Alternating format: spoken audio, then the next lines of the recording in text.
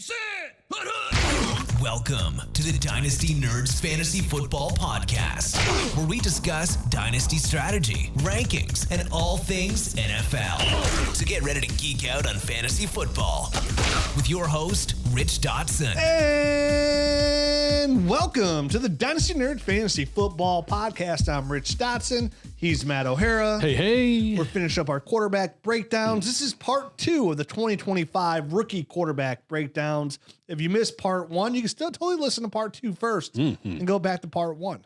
That's our intro episode. So we got about 10 minutes before the show talking quarterbacks, their value, and everything else in the class. So no time for that because we got running back tape to watch. We got places to be, running backs to see. Ooh, sounds erotic. First quarterback we're going to talk about today is Shedeur Sanders, quarterback from Colorado, 6'2", 215 pounds. Obviously, Deion Sanders' Allegedly, son. Allegedly, he won't measure in anywhere. He's not going to. We'll see at the combine, right? I made a point. I said I think I have pinned. Of course, now we had 20 minutes before the show. I had time to look. I don't look now, but I know I pinned something on Twitter. I'm almost positive he has the highest completion percentage in FBS history. Right. I think. I'm looking at 74 for this year, and as a career, I got 70. Is his career like 70%, 70 or 71? I have 70 on here. I mean, who knows? That's including his Jackson State days and Colorado days. So bookmarks. So where is it? Shedeur, legendary. Shedeur Sanders holds the all-time record for career completion percentage in college football. Number 1, Shedeur Sanders with 71.8%. Okay. Number 2, Colt Brennan, 70.4. Number 3, Colt McCoy, 70.3. Kellen Moore is 4. I wonder if that is just from his Colorado days. Colorado. Oh, from 23 to 24. Yep. So it's just his Colorado days. So that makes sense. It's that 1 year. And then you have Joe Burrow, from 2016 to 2019. Joe Burrow is 12. I mean, for the most part, a lot of these names aren't really actually the only people on here that end up being good. Joe Burrow at 12, Baker Mayfield at 15, Teddy B got hurt, Brock Purdy at 25. So the 25, there's 4 or 5 of them. Joe Burrow, Baker Mayfield. I'm not gonna give Teddy Bridgewater benefit of doubt, and Joe. Yeah, that's about it. Brock Purdy. But Shedeur is number 1. Sanders is top of the list. So this is a quarterback. This is a guy. This is a gay. That it shows. He is, when you talk about poise, that's Shedeur Sanders. This is somebody who grew up around football. Yep. He was the starter all 4 years in high school, starter all throughout college. And when you say this kid's got ice in his veins, like it really is. Like his pocket presence is really good. When you watch games like against when he played Utah, like linebacker came right at him. He didn't move. 15-yard out to LeJohntay Wester, crushed it, took the hit. Not worried about it. So his pocket presence is fantastic. This is not. You think Deion Sanders' son? You have a big mobile athlete, running back, quarterback that wants to move. That is not Sanders' game at all. No, he is really looking not. to throw the football 100%. Knows how to use his eyes.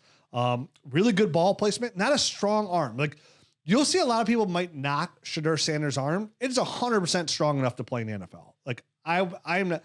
He does not have the strongest arm, but he has an NFL arm. That's an accurate statement. He's not a Josh Allen, right? No, but few people are. Right. I think you mentioned Jared Goff as a comp, right? That's my own personal comp to like his ceiling, which again could be a QB1, taller. Obviously Goff's 6'4". But so. No one would confuse Goff with like Matthew Stafford. You know what I mean? Who has just like a natural rocket of an arm. Even at 34, still rocket of an arm. And what I like about like Sanders too is his ball, like his accuracy is obviously great. His ball placement is really nice. Gets the ball downfield very good. Really good rhythms. Hits his slants, digs, quick outs. 76%, 73% this year, like you said. 73. Yeah, 73. I have 74, but it might have just round up. Yep. Real quick release, so gets the ball out really quick. The more I watched him is the more I was like, I would be satisfied for him to be the Cleveland Browns quarterback. Yeah, he can get done. He's clean. He's safe, right? He probably, in my eyes, doesn't have the upside like Cam Ward might have slightly more upside than him. 100%.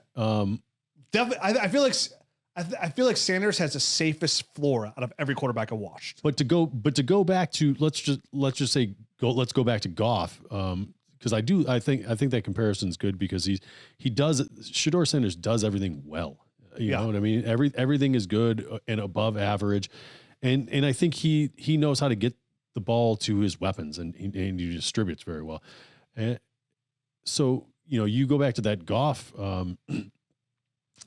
comparison. Who was Goff in the draft with? It was Carson Wentz. And Carson Wentz probably had, a lot more upside than him, but who ended up being the better NFL quarterback? It's undoubtedly Jared Goff. And it's not because Jared Goff necessarily has more physical tools. It's because he was polished. He came in more polished and really was able to, get into the NFL, have a nice base. And obviously things took off when he was traded from LA to the Lions, but he wasn't bad with LA. Went to a Super Bowl. Right. He went to a Super Bowl there. And it's because he's a very efficient guy that's very good at distributing the ball and he got into the right system with the right pieces. And I think Shedeur Sanders can have similar success at the NFL than a guy like Jared Goff. And I honestly, like what I thought about him too, like we talk about system, right? Where he goes, I feel like Shedeur Sanders would fit perfectly in the Kevin Stefanski system. He wants a pocket quarterback that runs a timing-based offense, right? And then they use pick 33 on a good run-in, and use the play action. And you'll hear Sanders too. Like one of his knocks is like, his poise in the pocket. He's looking to play. He took a lot of sacks too, but I'm going to use that also for his benefit. Like Shedeur Sanders is a big name, and kudos to him for following his dad. First going to Jackson State, him and Travis Hunter, and then going to Colorado. You have to remember, he played at Colorado. Right. That offensive line was not that good. 52nd in pass blocking. So, you know what I mean? Like pretty mid. And they gave up 204 pressures, 41 sacks is what he ended up taking last year. So he did. According to PFF. He took up literally a bottom of the barrel program in Colorado. And like got him like 2 years ago, like national hype. They were like ranked. And then they won like 8 games last year. So like, doing that with what's around him as well is pretty impressive for Sanders. So again, arm strength, not spectacular, but his accuracy is there.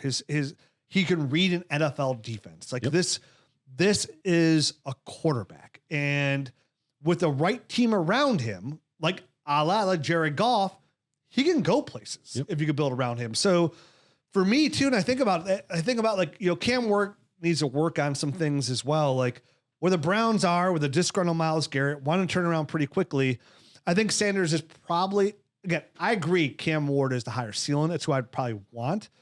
But I feel like Sanders could be the best fit for the Cleveland Browns in 2025. And in 2025, this is a GM, a coaching staff, that they have to do something to keep their jobs. And they have a lot, and honestly, they built this team to have a lot of veterans, a lot of people ready to go right now.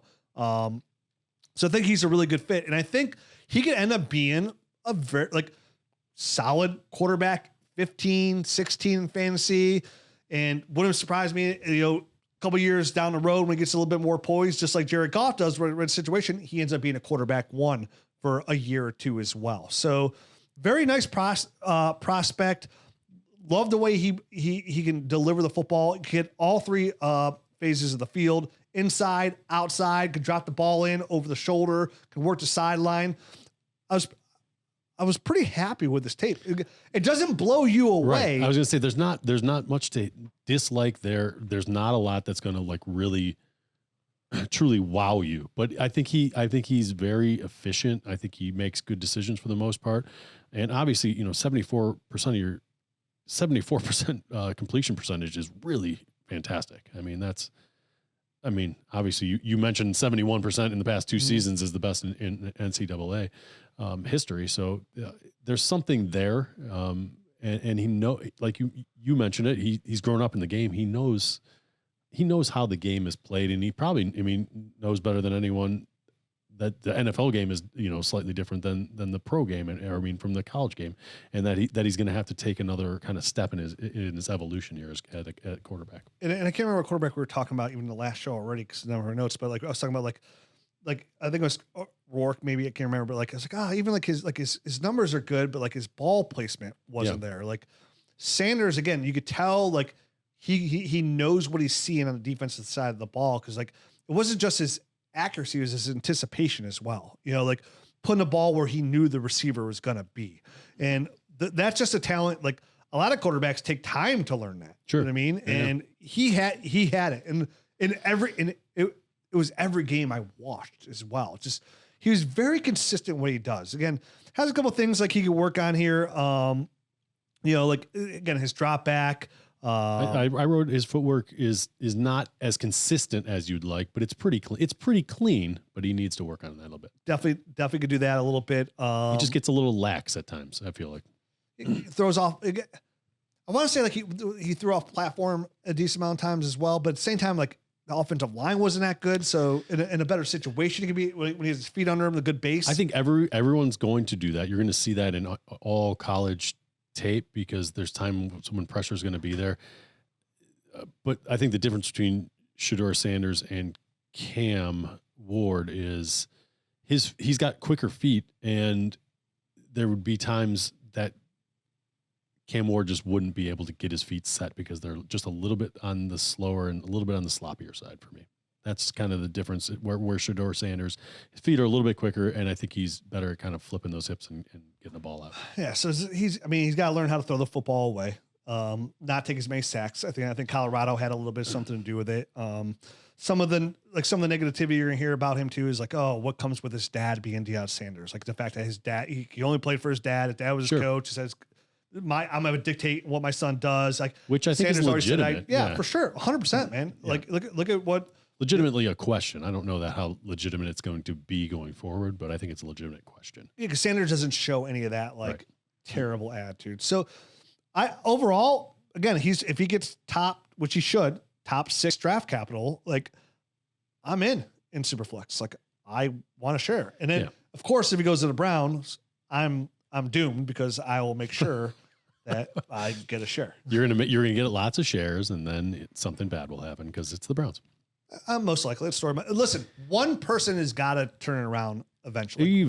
I'm 45. It's been 45 years. So like odds are eventually we're going to go to be good. And just keep picking, man. When people ask about something like that, I was doing a guest show the other day and somebody was like, I was like, this person needs to trade Pat Mahomes. You know what I mean? And they're like, he was a huge Chiefs fan. He's from that area. I'm like, oh, never mind.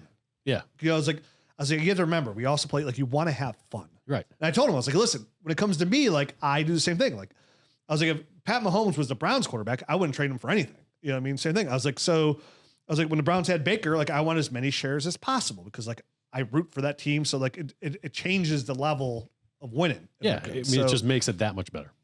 And I feel like Sanders is in that realm where I feel pretty good about. Now, I would still need a quarterback because if Trevor Henderson goes to the Browns, I'm going to say, well, Barton Hampton goes there. Like, same thing. Like, so I was thinking about that. I was like, oh man, like I really like Trevor Henderson a lot, but if say like Mario and Hampton went to the Browns instead of Trevor, like they're close enough where like, I'm like, oh, I'm just going to go ahead and take Hampton in because he's a Brown. That's my tiebreaker. I mean, that makes sense on some level, and maybe not from the fantasy football level, but from the enjoyment level for sure. Yeah. Again, I'm not going to go overreach, but like at a startup, I'll make sure I'll take them around ahead to get my guys to the fun. But yeah, Sanders, very nice prospect. Like I feel comfortable like enough where like he probably would have slid in last year, like right around like the Bo Nix kind of range for me, right around there, like the Michael Penix kind of range. Yeah. So, like, right. And I like Penix tape a lot.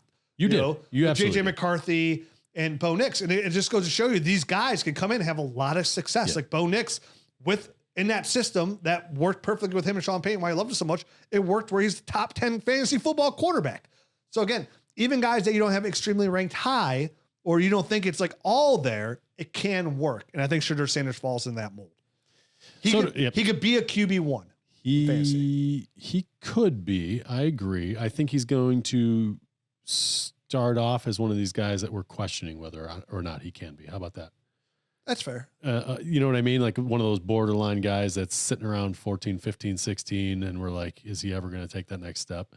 That's where I see him kind of starting off his career. Oh yeah, 100%. And at the same time, I also like that him and same thing with Ward. Honestly, a lot of these guys, they have a lot of tape, a lot of game reps under their belt. So these are the guys that can come in and not just like Bo Nix and not everything kind of like be a shock to them and find success. Agreed. But we're talking perfect scenarios. And I think Bo Nix fell into one of those perfect scenarios with that Sean Payton offense. And that really propelled him to have the early success.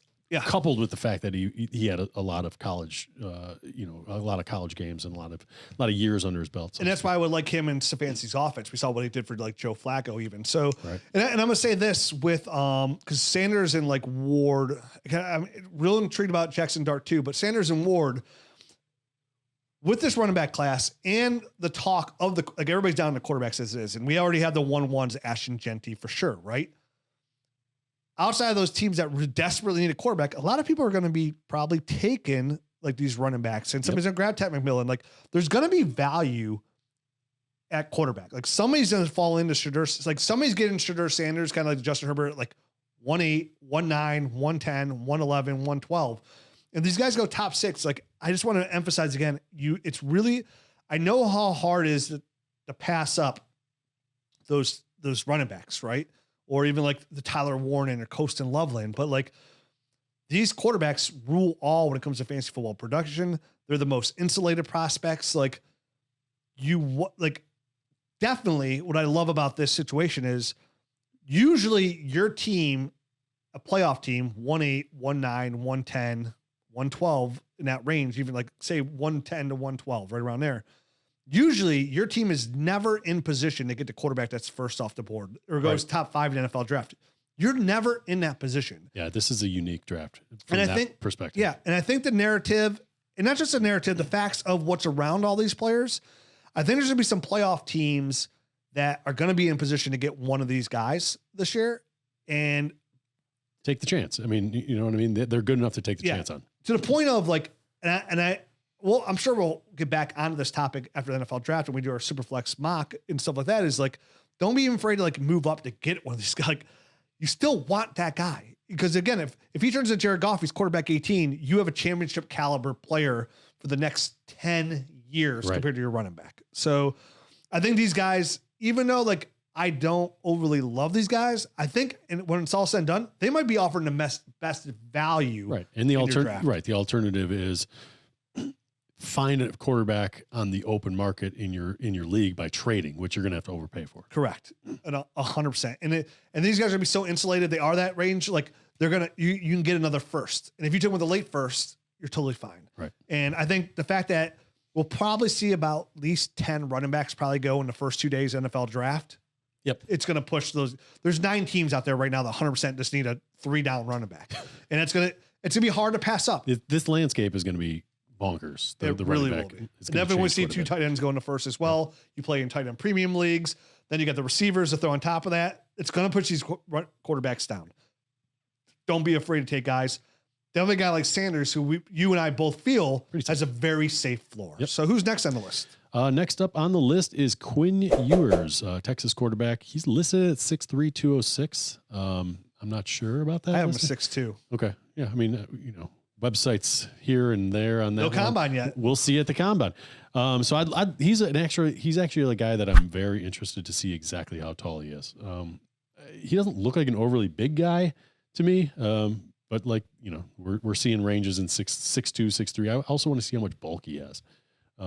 Read something today that he had oblique surgery. Yes. You told me that, which is very interesting. Which kind of makes sense. It does make a little bit of sense. We'll get into it a bit. Only 21 years old. Last year at Texas, he completed 65.8% of his passes, so right around 66%, 3,472 yards passing, 31 touchdowns against 12 interceptions. He had negative rushing yards because they do the negative for sacks and all that good stuff. Not a rusher. Not much of a rusher. No. So let's get into it. Cause I think he's an odd guy to nail down. There are times when he looks like he definitely has NFL talent and an NFL arm. And then there are also head scratching times when you're not quite sure what he's looking at and what he's seeing. And all in the same game. Correct. Like you watch him versus like the Alabama, Michigan, like in the playoffs when they're about to, he's the reason they come back and win. Like but the oblique injury could kind of tell you something as well. And there was a thing like listen, we were watching tape on this guy last season because we were watching some of the Texas wide receivers, right? And it was sometimes it was hard to watch. He was missing guys. There was clear overthrows and just bad plays. And early on, especially in the Texas season, he seemed to have eliminated that and looked pretty good when I was just casually watching games, because I was watching Texas. They were nationally ranked pretty high, early on in that season. They played Michigan really well. And, he had 246 yards, 3 touchdowns, no interceptions. So he played really well in that game as well. And he just looked better. And it's not like, he lost some of the playmakers that he had the year before. So, sometimes you're not exactly sure what you're going to get, but the accuracy inconsistencies didn't seem to be there as much early on in the season. Now they ended up coming back a little bit. I feel like as the season kind of went on, and specifically maybe it was that oblique injury that caused some of it. When I saw that today, I was like, oh, that kind of makes sense. Cause like the way he was kind of like all over the place. And like, did he like it's like when they need him the most is when he really did kind of step up, which is crazy. It's like a big adrenaline rush, a big surge. He just kind of fighting through it. And that's what you really get. Cause you're right. Like watching his tape last year, like I thought he was a shitty quarterback. Like I was like, this guy's not very good. And I've been following Quinn Ewers because you gotta remember he was the #1 recruit in the nation, and he went to Ohio State. And he ended up leaving Ohio State for like a minute, for the year. So I was very intrigued because this is a kid, he gets the ball out real quick, right? Just gets the ball out, guy's a really good arm. And he's getting college offers in like middle school. Yeah. Because that's the kind of arm talent this dude has, actually throwing the football. He's got 100% an NFL caliber arm, gets the ball out quick as well. They said the biggest thing you're gonna see is like, he's like Jekyll and Hyde to 50-50, but also it's like, what I don't like about him is like, sometimes like some of his dropbacks are a little lazy at times, like his footwork as well. But my biggest negative on him was like, he just stared down his receiver a lot. Like he like locked on his first read and kind of just like followed him through a lot. And I need my quarterback to be able to go through his reads and go through them quickly as well. So that was a little bit of a negative. There weren't a lot of guys that I saw, you're watching their tape and they're moving 1, 2, 3. All right, come back to this. There's just not a lot of those guys. Sanders. Yeah. There's Sanders. You're right. Cam Ward at times locked in on his receiver. Agreed. A little more than I liked. And this is the part of the thing that we're getting into where we don't know what the coaches are asking them to do. Sometimes it's like, hey, we're going to cut the field in half. You're only looking over there. Yeah. So you're not going to see a bunch of head turning and all this kind of stuff because you can just use your eyes and go, oh, no, that one's open, that one. You know what I mean? I hate that on Twitter when people bring up a all 22 screenshot and be like, look at this receiver. He's wide open. And you're just like, dude, that means he wasn't even looking that way. Like and not only that, he was never even gonna look that way. Right. It wasn't where he's supposed to look. And that's what you can run into in some of these college offenses on any given play.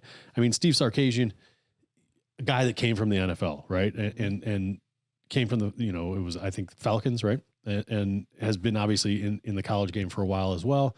So you don't know how much of that how much of the NFL style stuff has come in and how much he's using. So it's still so confusing, even though there's a guy that's been in the NFL, if he's using NFL concepts still, because who knows if the guy's good at that. You know what I mean? Like maybe that's not his jam. So they make it easy on him and maybe he's not ready to take that step. He's Quinn Ewers is 21 years old. You know what I mean? He probably could have used one more year compared to what we're seeing on a lot of these other guys. And that's the thing. I wonder if Arch Manning wasn't at Texas, if he would have gone back. I think he probably would have. My guess is he would have too. I agree. And to try to be the #1 pick in the draft. Right. And that would make like sense for him because I think he could use a little bit more seasoning.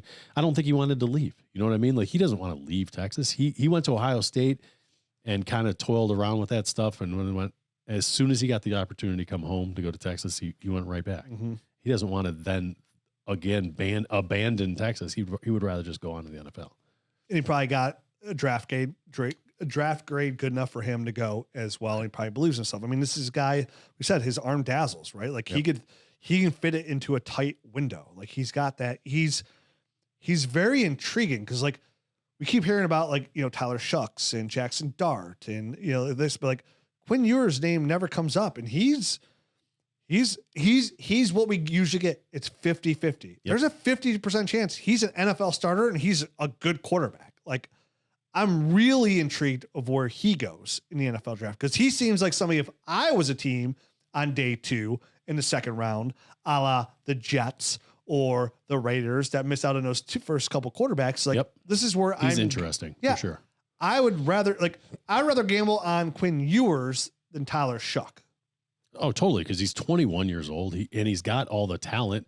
He doesn't have the same deficiencies as a guy like Shuck. So he just comes with a lot more upside, I think, from an NFL standpoint. And in round 2, do you want a guy that's 26 years old, or you want a guy that's 21 and has a shot? You know what I mean? Like, I feel like Shuck is such a finished product where Quinn Ewers, I think, has a lot of room to grow. And it doesn't necessarily, and you've seen flashes, you know what I mean? You've seen the good. You just have to try to eliminate those bad moments. Yeah. You go back to 2023, his road win against like Alabama. You see moments like that. Like it was just great. Like dude just flicks a wrist, gunner helm, touchdown, throws a bootleg laser to Matthew Golden. He'll roll out and just effortlessly just deliver the football into a tight window. He's got a lot of talent, and then it's just so frustrating to watch him because then you'll see him just be like, 1 minute everything looks really crisp and he's on it, and then he falls back and his footwork's all over the work. And that's when it's bad. Yeah, and that's that's a common theme around a lot of quarterbacks. Some of it seems lazy. It does seem lazy, and you're wondering, you get caught wondering, like, is this something that's correctable, or is this always going to be a part of his game? Or, you know what I mean? Like, because if it's always part of his game and he's not able to snap out of it, and it's just kind of like a focus thing, and during parts of the game, he's going to lose mental focus, but when it really matters, he'll be there. I don't know that you can operate in the NFL like that, because you can do it in college, because a lot of times, especially at a program like Texas, you're going to be better than the guys across from you most of the time. Yeah. In the NFL, that's not the case. Those are level playing fields, and you got to fight and scrap for every single first down you get.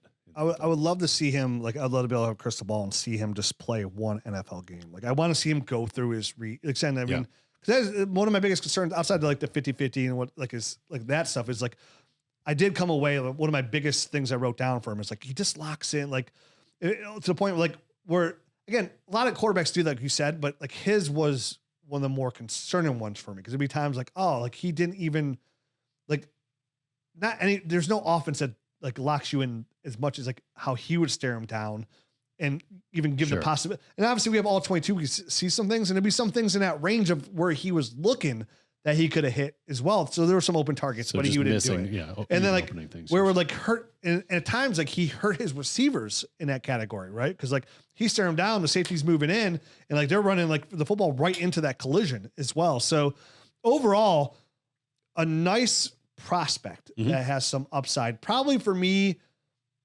like he's, like I said, my 1-2's Cam Ward, Shedeur Sanders locked in, Jaxson Dart, and then I'm looking at like Will Howard, Tyler Shuck, and like Quinn Ewers. Like who gets, basically for me, for those guys, who gets the best draft capital, best landed spot is where I want those guys. But the guys I want to get, again, when I kind of go back where I said earlier, we're like, oh, there's gonna be some good value at quarterback.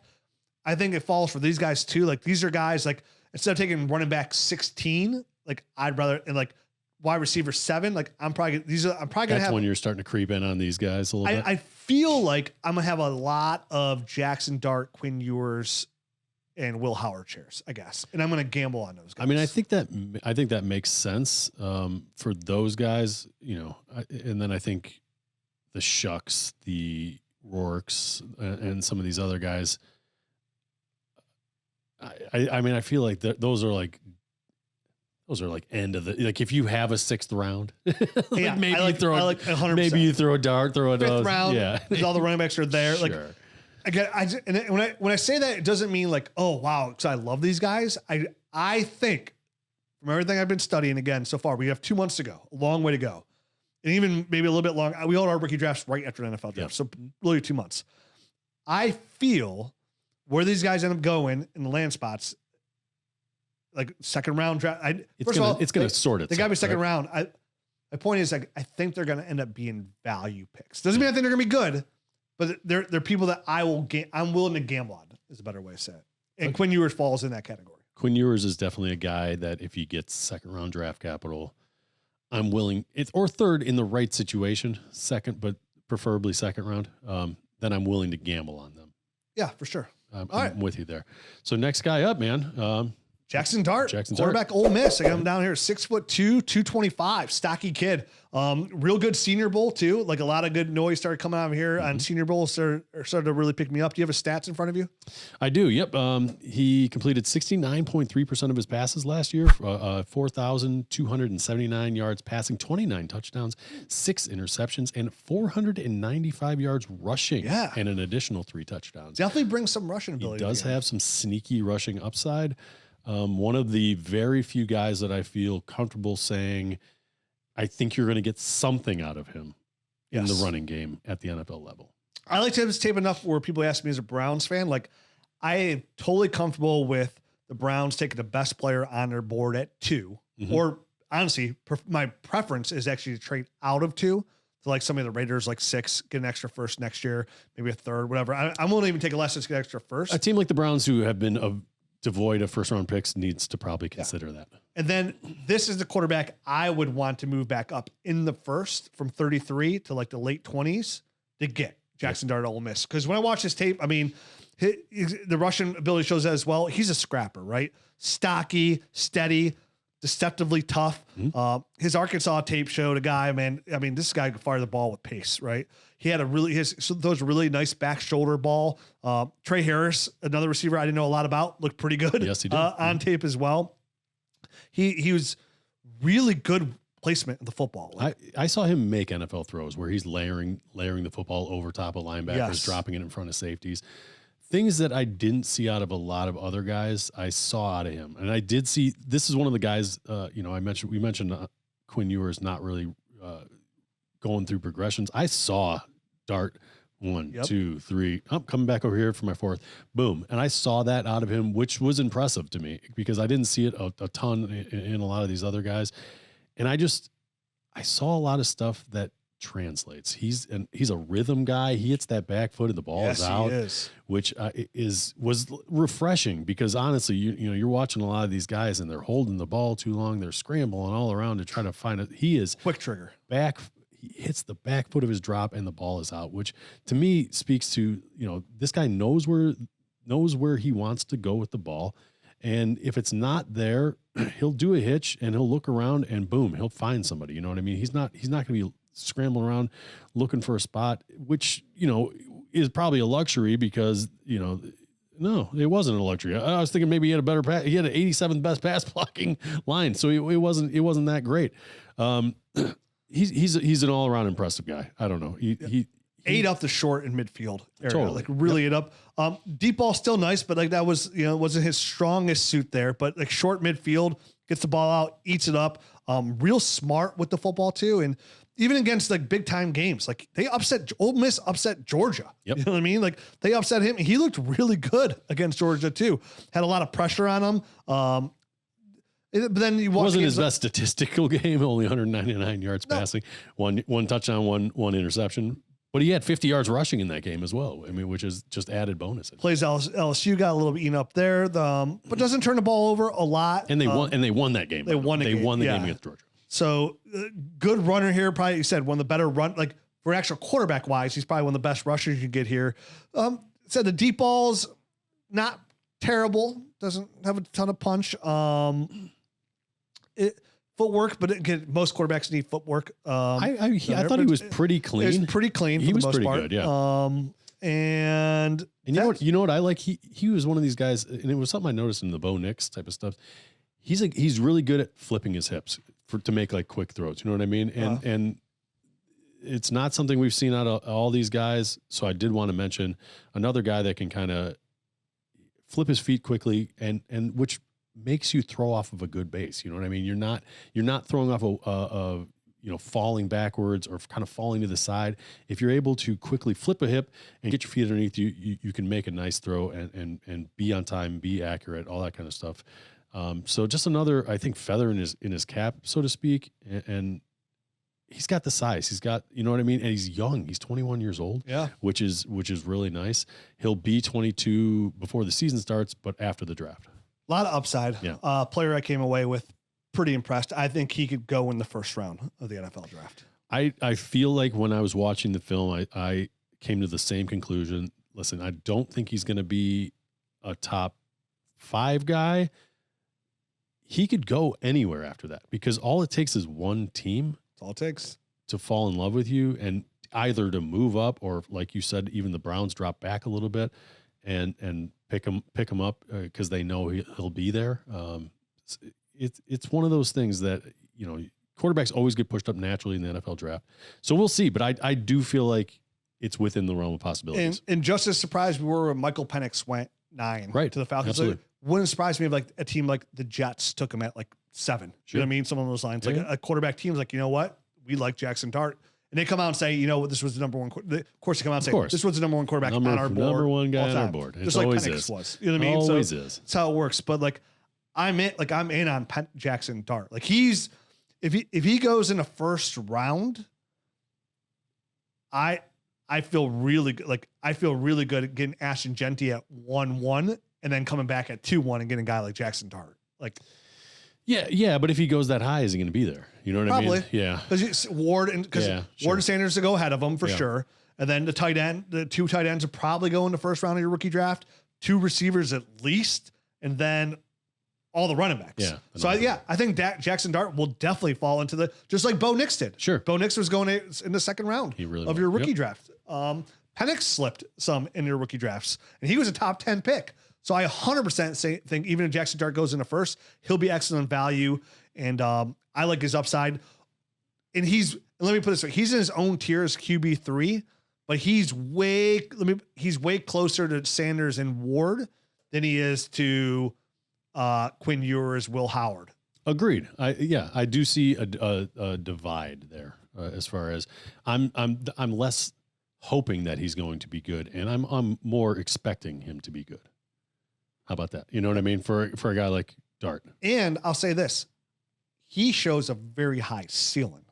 I agree. Yep. Like he could be a really good NFL quarterback, and he has an awesome name. I mean, can you get better than that? Jaxson Dart. That's a pretty sweet Dude's name. throwing darts everywhere. Oh, dude. Yeah. So like he's the one when people ask me, is like friends, they're like, what do you want the Browns to do? Like, I'm totally okay with taking Ward and Sanders. Like, I'm not going to cry about it. Sure. But I would love to trade back and then get Jaxson Dart. Like that's my ideal situation. You take him late first. If we're terrible, he's terrible. You have a high first picks next year. You can still take another quarterback. It's not end of the world, right? Yeah. Like you traded up from 33. It won't take much to move up from 33. You know, it shouldn't. Yeah. They have multiple. The Browns have 11 picks. So that's what I want. Even though Adam Schefter said today the Browns are the number one thing he feels most sure about is the Browns will take a quarterback at 2. I mean, what a chef, Yeah, not much. All right, next on the list. Next on the list is an FFPC, sir. My FFPC. So if you're not familiar with my FFPC because it's your first rodeo coming down here into the Dynasty podcast, it's a Dynasty fantasy football website. It's started in 2010. Mm-hmm. And what they do is they offer you an opportunity to go play high stakes Dynasty fantasy football as well. You could buy a $75 team. You could buy a $2,500 team. Ooh. And I love that option of not only do they offer the safety of your Dynasty league going on forever, because they've never had a league fold ever. It's, if you're listening to this podcast and sitting here studying these rookies and you put a lot of time in like I do and Matt does, sometimes you're like, man, I want to take my game to another level. Like I want to like invest in myself. Like I put all this time in, like I want to invest in it. And like, maybe all your friends are playing in $100 league or $150, or maybe your high stakes league's $250, which is a lot of money. Which is a lot of money. It is a lot of money. but you feel confident in your ability, from the other leagues that you're in. I want to go play in a $2,000 league. I want to play in a $1,500 league. I want to win $7,000. When I win in first place, like this gives you the opportunity. And it's easy to say you want to do that. And you may even have a buddy that wants to dude, I'm in, and you're like, I'm in too, God, but that still isn't a league. Dr. Dick just got promoted. That's only 2 people. But yeah. And you don't want to play in 10-man leagues. Those suck. Cause everybody's got good teams. They don't suck. Trust me, I'm in one. My team's awesome. Of course. Everyone's teams are awesome. That's the problem with them. Honestly, I'm in this 10-man league team. It's the best team I've ever had. It's so good. Of course it is. I know, but this is exceptionally good. Okay. You winning with that? Oh, I don't. I'll show the roster after this show's over. Okay. You tell me how I'm going to lose. All right. Tell me that. And I have the 1-1 I traded for. You're going to blow. Unbelievable. So, but again, sometimes just because what I love about platforms like this is you don't have the opportunity to go play in those high stake leagues because you don't have the people around you. It's not you that you can't afford it. My FFPC gives you that opportunity. And right now, you want to save $25, 1% off that $2,500 league. Use the promo code NERDS and they'll get them in there. So, and it also gives you the security, right? Yep. You're not going to invest $2,000 into a buy-in and then it's going to fold. It's there forever. You know what I mean? Fold. And then you can get out from under it. So check them out. That's all we ask. Go check them out. myffpc.com.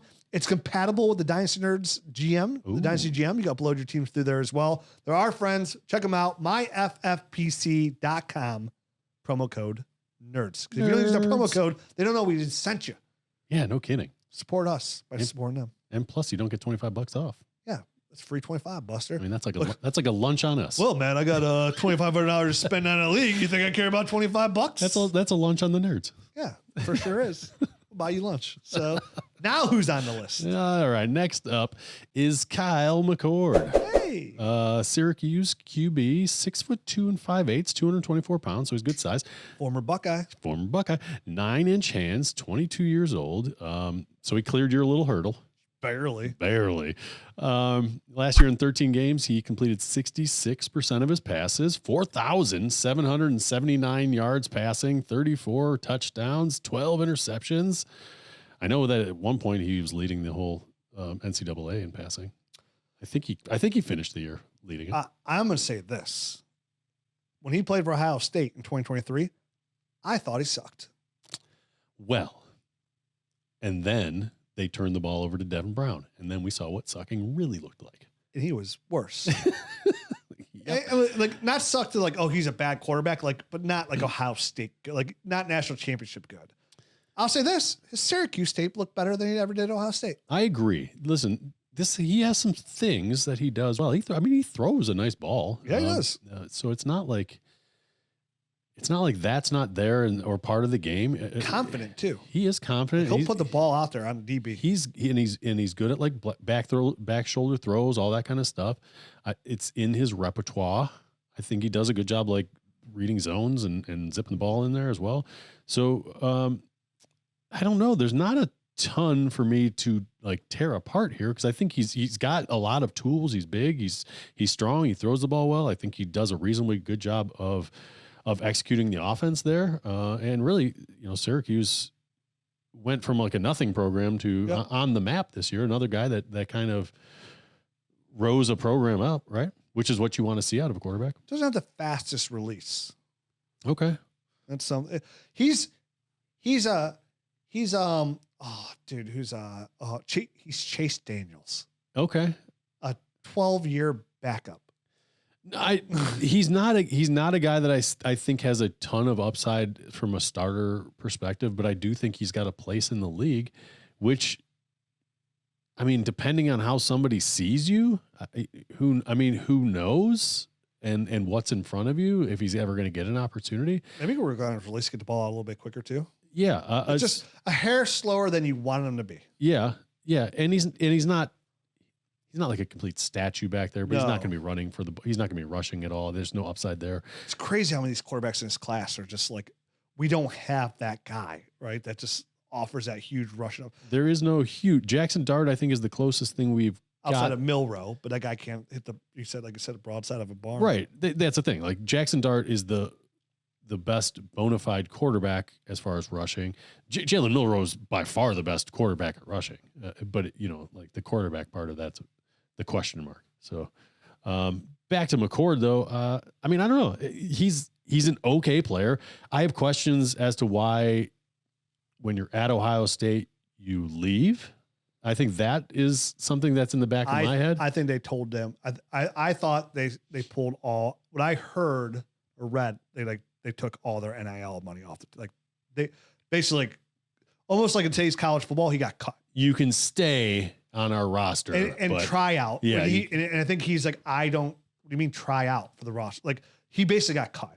Okay, is what it works out. Because I mean, look, NFL teams are hiring general managers too. Like this is how it's going to work in college football now. Like he got with the transfer portal. They saw Will Howard. They could do better. He got cut.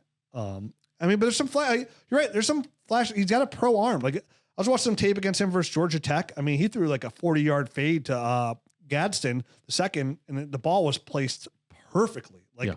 He has some moments on tape where like that's an NFL throw. Like he looked really good, but just not like upper tier. Like it'll go back to like your Aiden O'Connell situation, right? Like if he was thrown in that situation, like maybe he could operate an NFL offense and look okay, but you will be looking for a replacement. I feel like he's right at that level. He's not taking your team to the playoffs.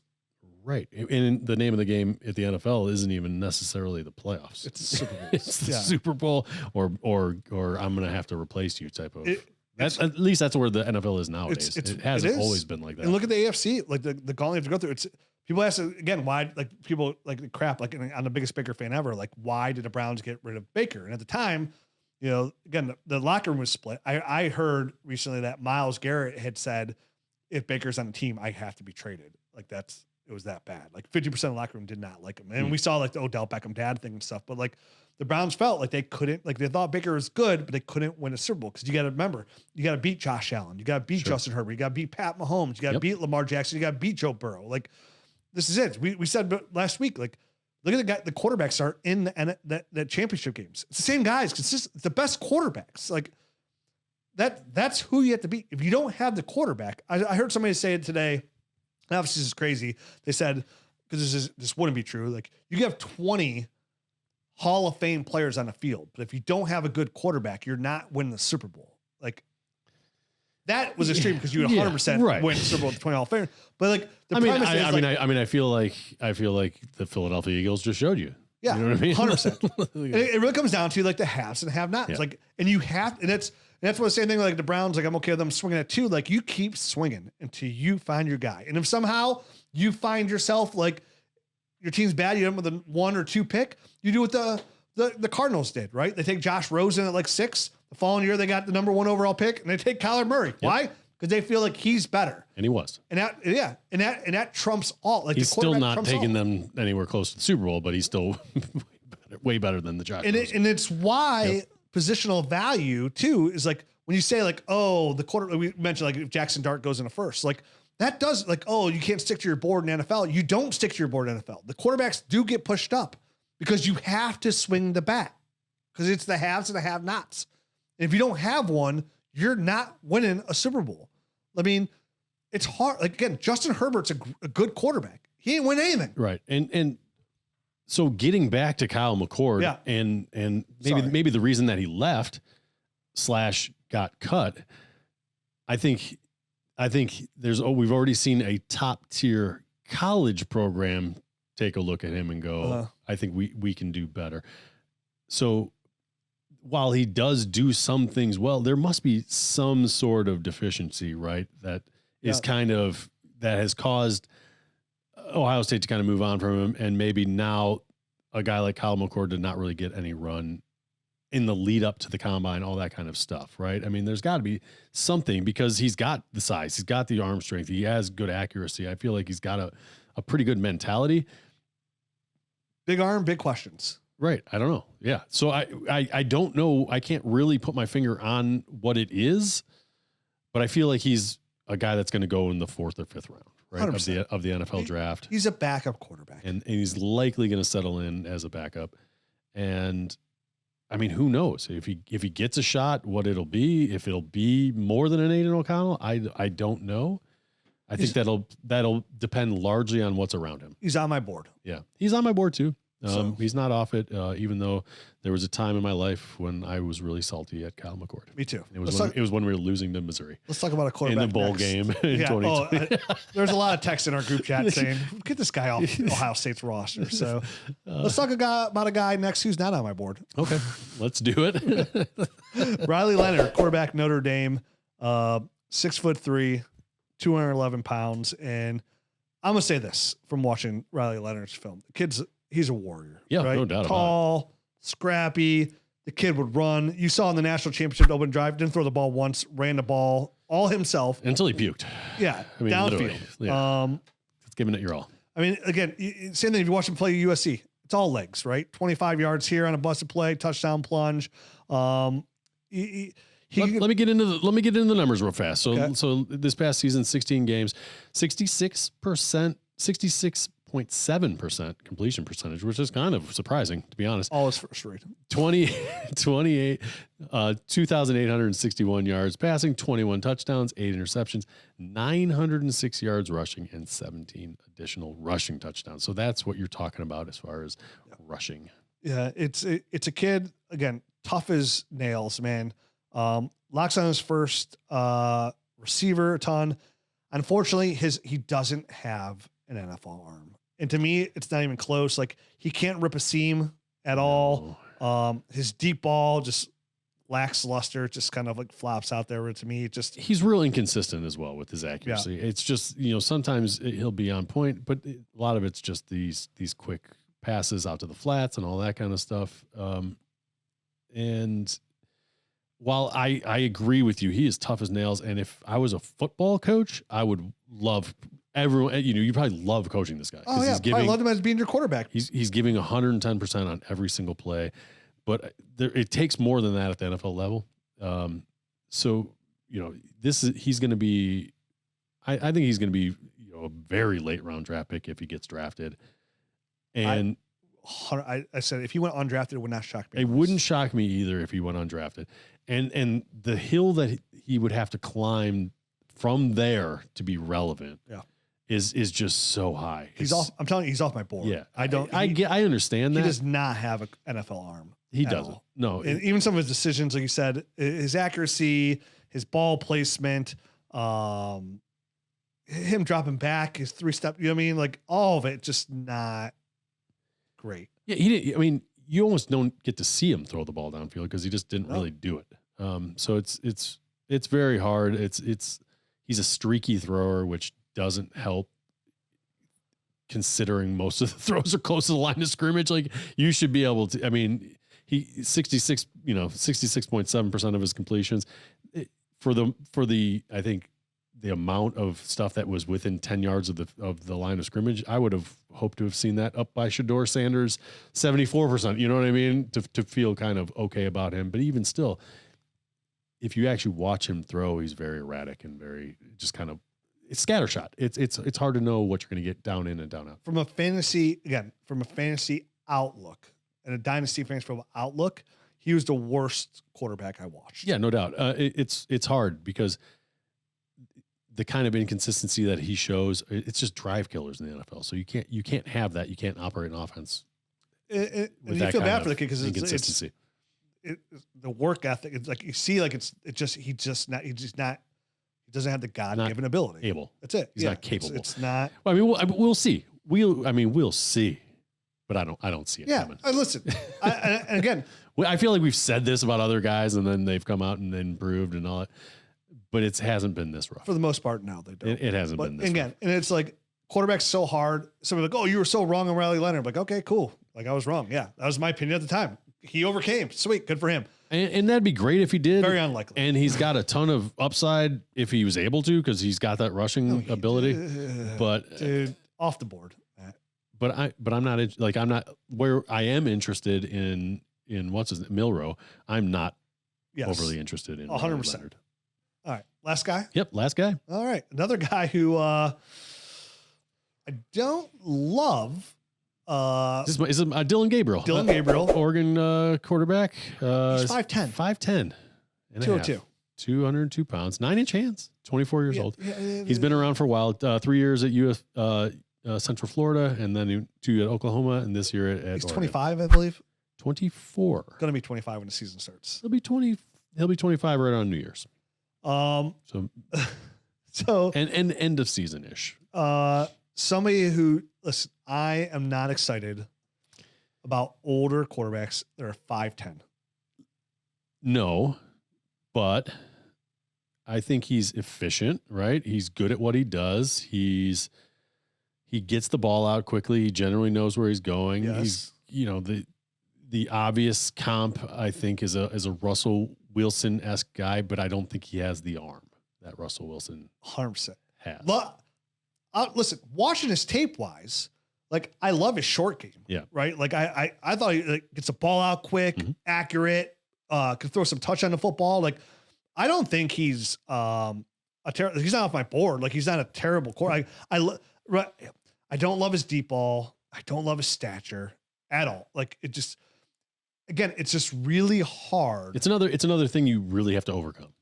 You have to be exceptional. Yeah. And like, and the guys that did it, like you're talking about guys that are under that 6 foot range. I mean, Baker is 6 foot, but like Tua, Bryce Young, number 1 overall pick.